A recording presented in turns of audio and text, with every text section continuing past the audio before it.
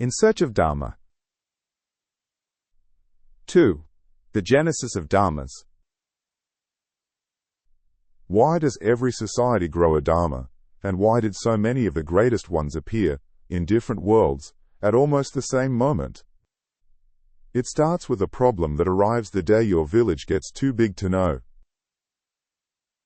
Picture two human worlds, separated by 10,000 years. In the first, a few dozen people move together through a landscape they know by heart. They are bound, sometimes by blood, always by a lifetime of shared meals, shared danger, shared everything. There are no written rules, no scriptures, no judges, no police.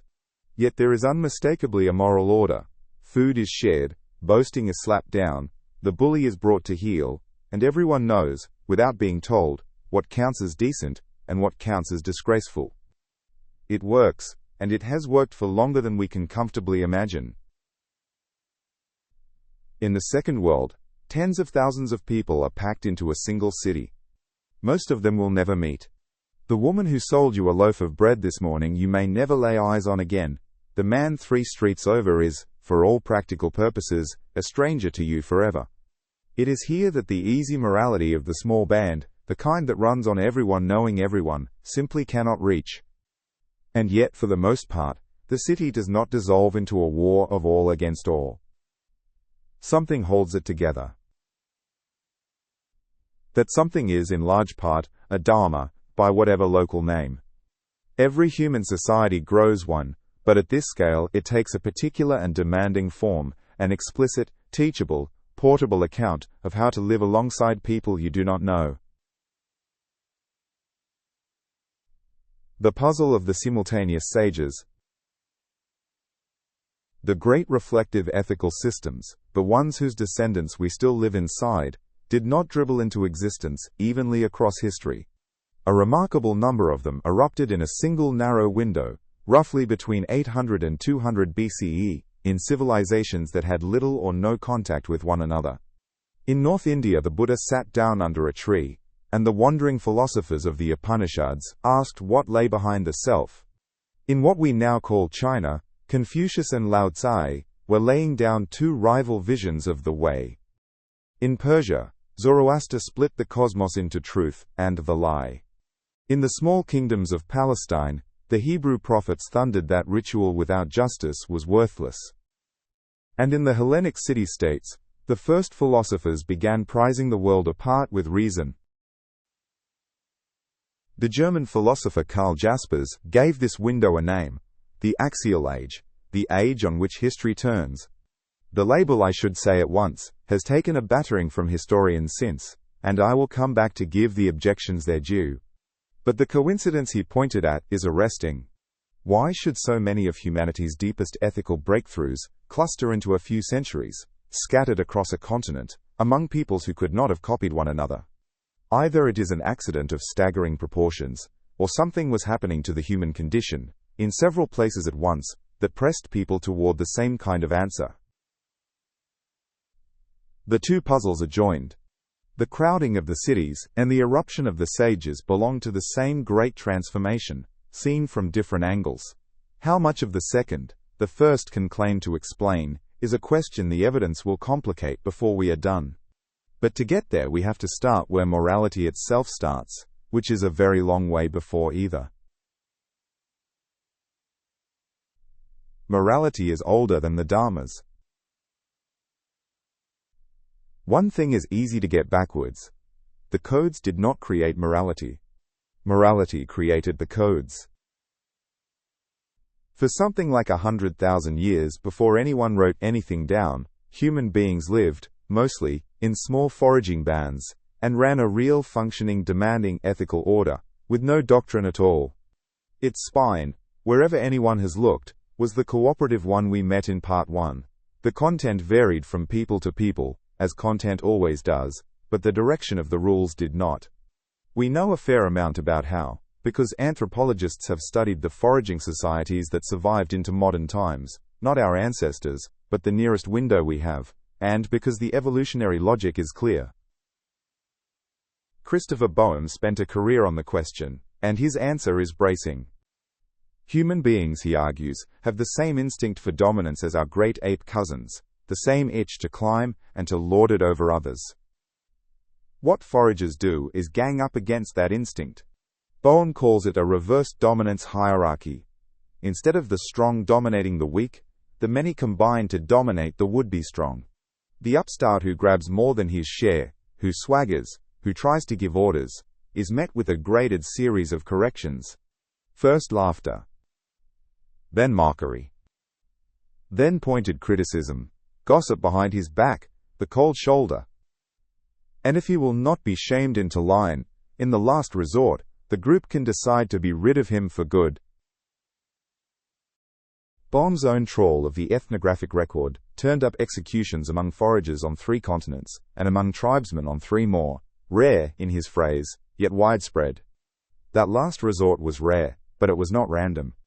Behind it, Boehm found a particular and harder figure in the ethnographic record, the intimidator who cannot be shamed at all, the recidivist bully or killer, off whom ridicule and gossip simply slide. Most troublemakers fold at the first cold shoulder. This one does not, and it was against him that the band held its ultimate sanction in reserve. He will return, because he is the deep ancestor of a human type, the one who can mimic every signal of belonging while feeling none of its pull. This is morality with teeth, and it needs no scripture because it needs no strangers. Everything it requires is carried in the heads and mouths of people who see each other every day. Reputation does the policing. The constant low hum of who did what we now dismiss as mere gossip, was in fact the surveillance system that kept everyone honest. You behaved because everyone was always gently watching, and because the story of your behavior would outrun you to the next campfire. The policing runs deeper than tit for tat, and this is one of the interesting findings in the science of cooperation. People will punish a cheat even when it costs them to do it. In laboratory games where everyone contributes to a common pot, players reliably pay out of their own pockets to penalize the free rider who takes without giving, a behavior the economists Ernst Fair and Simon Gachter labeled altruistic punishment. More interesting still, the punisher need not be the injured party at all. In a later variation of the experiment, bystanders who had merely watched someone treat a third person unfairly paid, unprompted, to punish them too. On the face of it, this makes no sense, since the punisher bears a cost and pockets nothing. But it makes the group's morality very nearly self-enforcing. The cheat risks the anger of the person he wrongs, and the disapproval of everyone who hears the tale. There is a self-interested edge to it too. We punish partly to be seen punishing, because coming down hard on a wrongdoer advertises that we ourselves can be trusted, which is exactly why we reserve a special contempt for the hypocrite, who preaches the rule and breaks it. The instinct that polices the band is half justice and half performance, and it works all the better for being both. Though a caution from the lab, when helping and punishing compete as advertisements, audiences prefer the helper. How did such a society pass on its rules, with no book to write them in? Largely by telling stories. When researchers studied storytelling among the Agta, a foraging people of the Philippines, they found that a huge proportion of the tales were not idle entertainment, but encoded instructions for living together. Tales of the sun and the moon learning to share the sky. Tales of the greedy creature who steals from the common catch and is punished for it. A good story does something a rule cannot. It tells you the norm, and at the same time it tells you that everyone else has heard the norm too, so that you all know that you all know. And those same forager societies frequently have no moralizing high God at all, no watching deity tallying sins. They did not need one. The story did the gods' later job. It is easy, at this point, to slide into a fantasy of the noble savage, the gentle egalitarian who shames us moderns. That is not the picture. The forager's equality is enforced, sometimes with violence, and the ostracism that keeps the peace can be cruel. And the warmth was reserved for the in-group. The same band that shared everything within could raid and kill without. The moral circle was real, and it was small, and its edge was hard. The crisis of strangers. The foragers' morality had a hidden dependency. It worked because everyone could watch everyone. It was a technology for a world of faces. There is a rough ceiling on how many people any one of us can really know, track, and care about. Anthropologist Robin Dunbar put the famous figure at around 150, and although the exact number is always debated, and lately the principle too, the core observation stands. Our capacity for genuine relationships is finite, and not very large. Below that ceiling, the old machinery hums along. Reputation reaches everyone, because everyone is within earshot. Above it, the machinery starts to fail. As the evolutionary biologist Mark Pagel points out, kinship and face-to-face reciprocity can only ever bind a group so big, which is why no other animal on Earth lives in cities of millions. Your family is never going to be that large, and you cannot personally keep accounts with a stranger you will meet exactly once. And then, about 12,000 years ago, our ancestors began to do the very thing the old morality was not built for. They settled and farmed. They gathered into villages, then towns, then the first astonishing cities. Almost overnight, in evolutionary terms, social life stopped being a web of familiar faces and became a sea of strangers. You now had to trade, cooperate, and keep the peace with people you would never see again, people whose reputations you could not check, and whose retaliation you need not fear.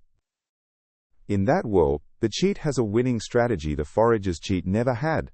Take what you can, and disappear into the crowd. The thing we casually call the problem of civilization is, underneath, a problem of cooperation among strangers, and the small band toolkit cannot solve it. Gossip cannot reach a stranger you will never see again. Shame has no grip on someone who does not care what you think. So the city faced a stark choice: find a new way to make strangers trustworthy, or struggle to hold together.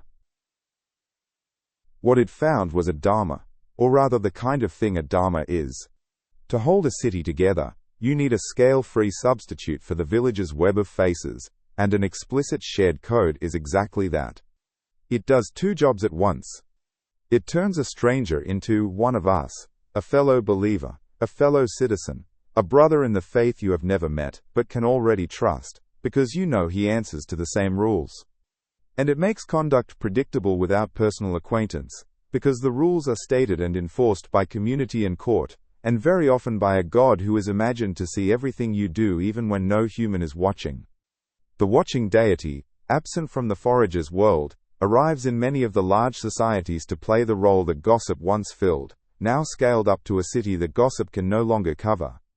Whether the moralizing gods came before the great societies, after them, or in step with them, is a live scholarly fight, and I take no side in it here. What matters for this story is the fit between the job and the tool. Why should a watching God, of all the possible solutions, have been such a popular one? The answer lies in the peculiar wiring of the human mind. We are, by inheritance, wildly oversensitive to the presence of other minds. A rustle in the grass might be the wind or might be a leopard, and the ancestor who assumed leopard, and was usually wrong, left more descendants than the one who assumed wind and was occasionally eaten. So we come equipped with a hair trigger, for sensing that something out there has intentions, and is watching us. A god is something like what you get when that instinct is turned on the whole world at once. The cognitive scientist Pascal Boyer adds a second ingredient. The supernatural ideas that survive and spread are the ones that are almost ordinary, breaking our everyday expectations in just one or two memorable ways. An invisible person who can read your private thoughts is strange enough to seize the attention, and simple enough to pass intact from mouth to mouth down the centuries. A being like that, always watching, is the perfect surveillance camera for a society grown too large to watch itself, and the human mind was primed to believe in it long before any city needed it. The price of belonging. Why are so many of the great codes so demanding? If a Dharma exists to make cooperation easier, why does it so often pile on costly, inconvenient requirements? The dietary laws, the dress codes, the fasts, the long hours of prayer, the renounced pleasures. It looks like waste, but it is in fact the engine. The logic was worked out by researchers studying why some religious communities thrive, while others quietly dissolve, and it turns on the same hard problem we keep encountering. How do you keep out the free rider who wants the warmth of belonging, without paying for it? The answer is to make belonging expensive in a way that is hard to fake. Anyone can say they are committed. Only the genuinely committed will keep the difficult fast, wear the conspicuous garment, sit through the long ritual, and give up the forbidden pleasure year after year. The cost is the point. It screens out the half-hearted, and signals to everyone watching that here is a person who can be relied on. The evidence is unusually concrete. When anthropologist Richard Sossis studied a large sample of 19th-century U.S.-American communes, the religious ones survived, on average, several times longer than the secular ones, and among the religious communities, the stricter the demands, the longer they tended to last. Studies of extreme ritual point the same way. At a festival in Mauritius, where some devotees pierce their bodies and haul heavy frames through the heat, researchers found that the more painful the ordeal a person underwent, the more generously they later gave to the community, and the more tightly everyone who witnessed it was bound together.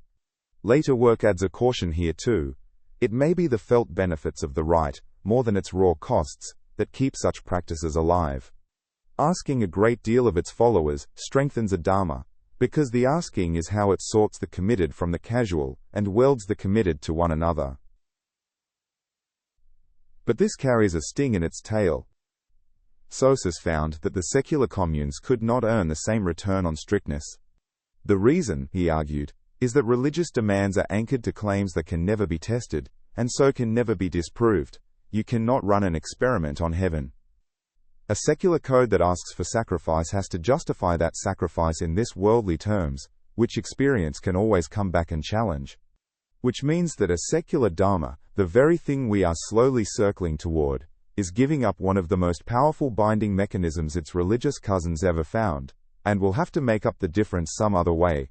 That difficulty is part 7's to answer, and I shall return to it there.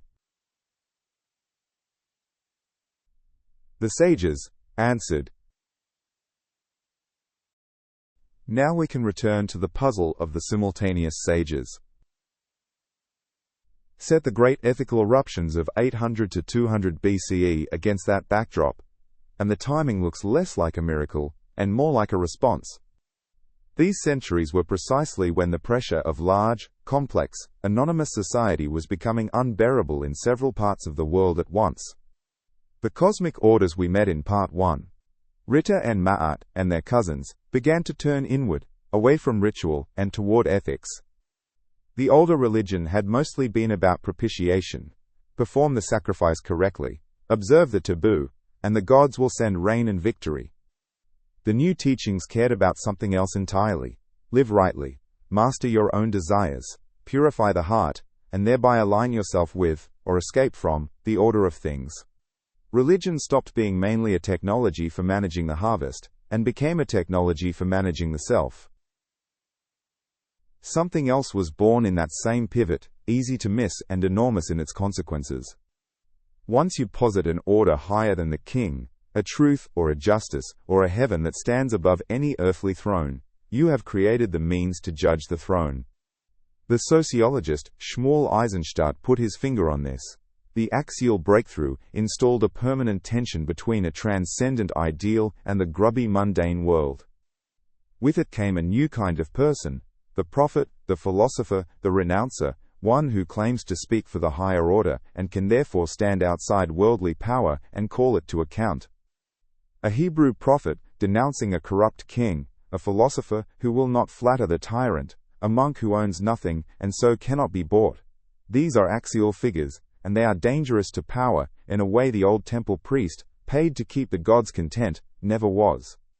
A Dharma that answers to something above the state can always, in principle, be turned against the state. Why then, and why in those particular places? No single cause carries the whole weight, but the contributing pressures rhyme suggestively. One was money. Coinage was invented at almost exactly this time, independently, in Lydia, India, and China, and with it came the impersonal market, the cash transaction between strangers who owe each other nothing once the coin changes hands.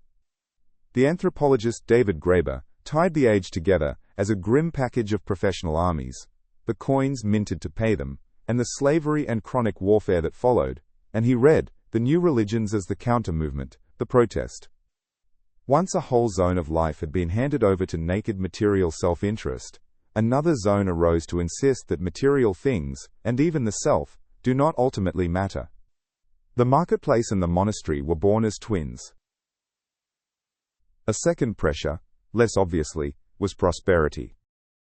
The evolutionary psychologist Nicholas Boehm and his colleagues found that the best predictor of where these ascetic, self-disciplining religions took hold was not military might or imperial scale, but sheer affluence, the energy and security a society had at its disposal.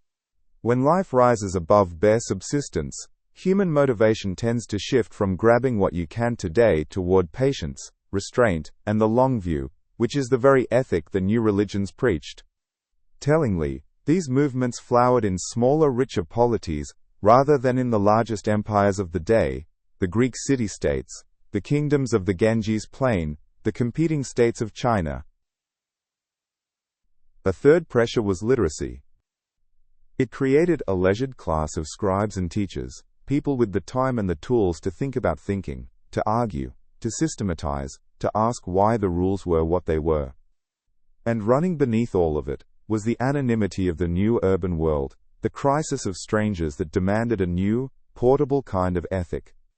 Boehm's result, though, deserves its full weight against my own story. If wealth predicts the sages better than sheer scale does, then the crisis of strangers was one strong pressure among several, not the single explanation I may have tempted you toward. Put these together, and the simultaneity dissolves into something far less mysterious than divine coincidence. When broadly similar conditions arise independently in different places, you should expect broadly similar solutions to arise with them, no copying required. The same way eyes evolved many separate times because seeing is useful wherever there is light.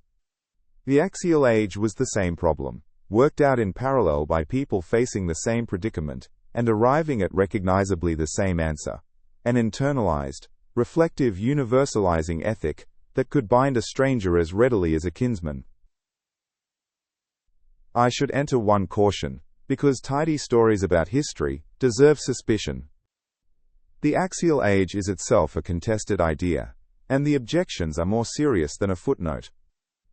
Critics point out that Jaspers drew its borders to take in Greece, Israel, India, and China, while quietly leaving out Egypt and Mesopotamia, older civilizations with cosmic order traditions of their own, Egypt's Masayat, among them.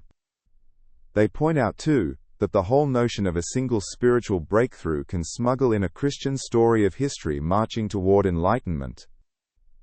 Nor was the idea Jaspers's to begin with. The Scottish writer John Stuart Glennie had described the same supposed turn in 1873, three-quarters of a century earlier, and called it the moral revolution. And one of my own 5 exhibits is shaky. The dating of Zoroaster is fiercely disputed, and a substantial body of scholarship places him around 1200 to 1000 BCE, some 4 centuries before the window in which I have just stood him. The hardest objection is the empirical one.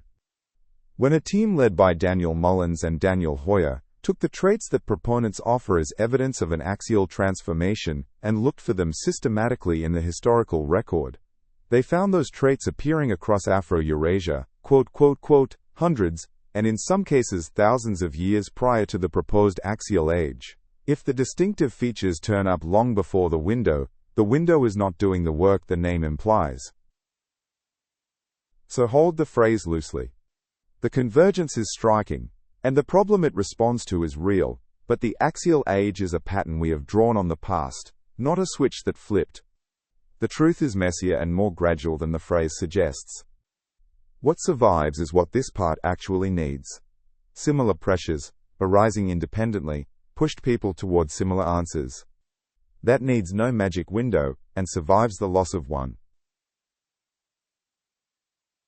What the codes added, and what they did not.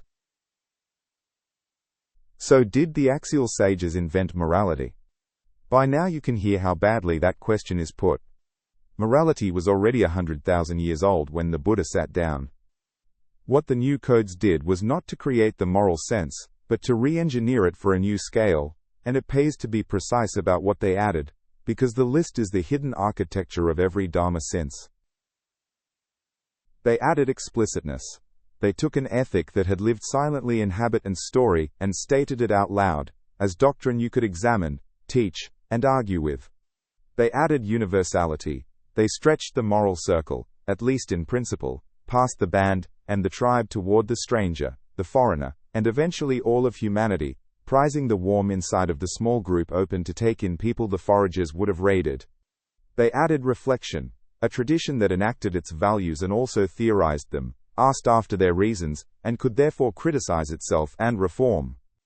And through writing, they added permanence and reach. A code on a page could be fixed, copied, carried across an ocean, and handed to a generation the teacher would never meet, in a way almost no spoken story ever could. What is on that list matters as much as what is missing from it. Every item is a technology layered on top of the older cooperative human nature, not a replacement for it. And that single observation is the foundation of the secular case. If a full moral order ran for something like 100,000 years on story, ritual, reputation, and the leveling of upstarts, with no scripture and frequently no God in sight, then scripture and God were never necessary for ethics.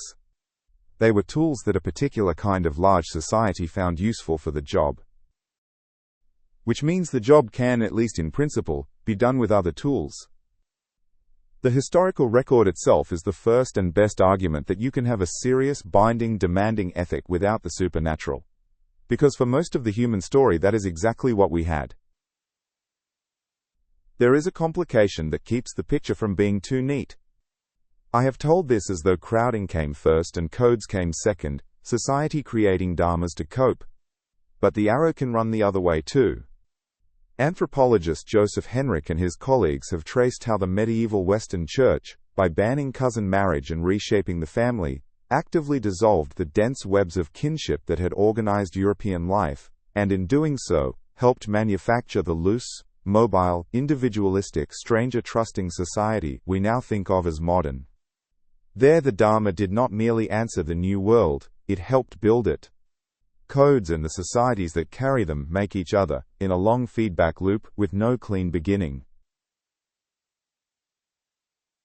The fence that comes with the circle. One shadow falls across all of this. The very machinery that makes a Dharma such a powerful glue, the way it turns strangers into brothers, works by drawing a line around the us it creates. A Dharma includes by excluding. It is never only a circle of care. It is also, always, a fence. We will spend a whole part, much later, on what happens at that fence. There is a stronger version of that claim, which I had better not make. Some evolutionary models propose that the warmth turned inward, and the suspicion turned outward, are two faces of one adaptation, bred together by war between groups.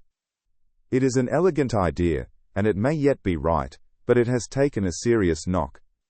When anthropologist Mark Dybel re-ran the best-known of those models across a much wider range of conditions, he found the result held only when groups were assumed to differ genetically, far more than real hunter-gatherer groups actually do.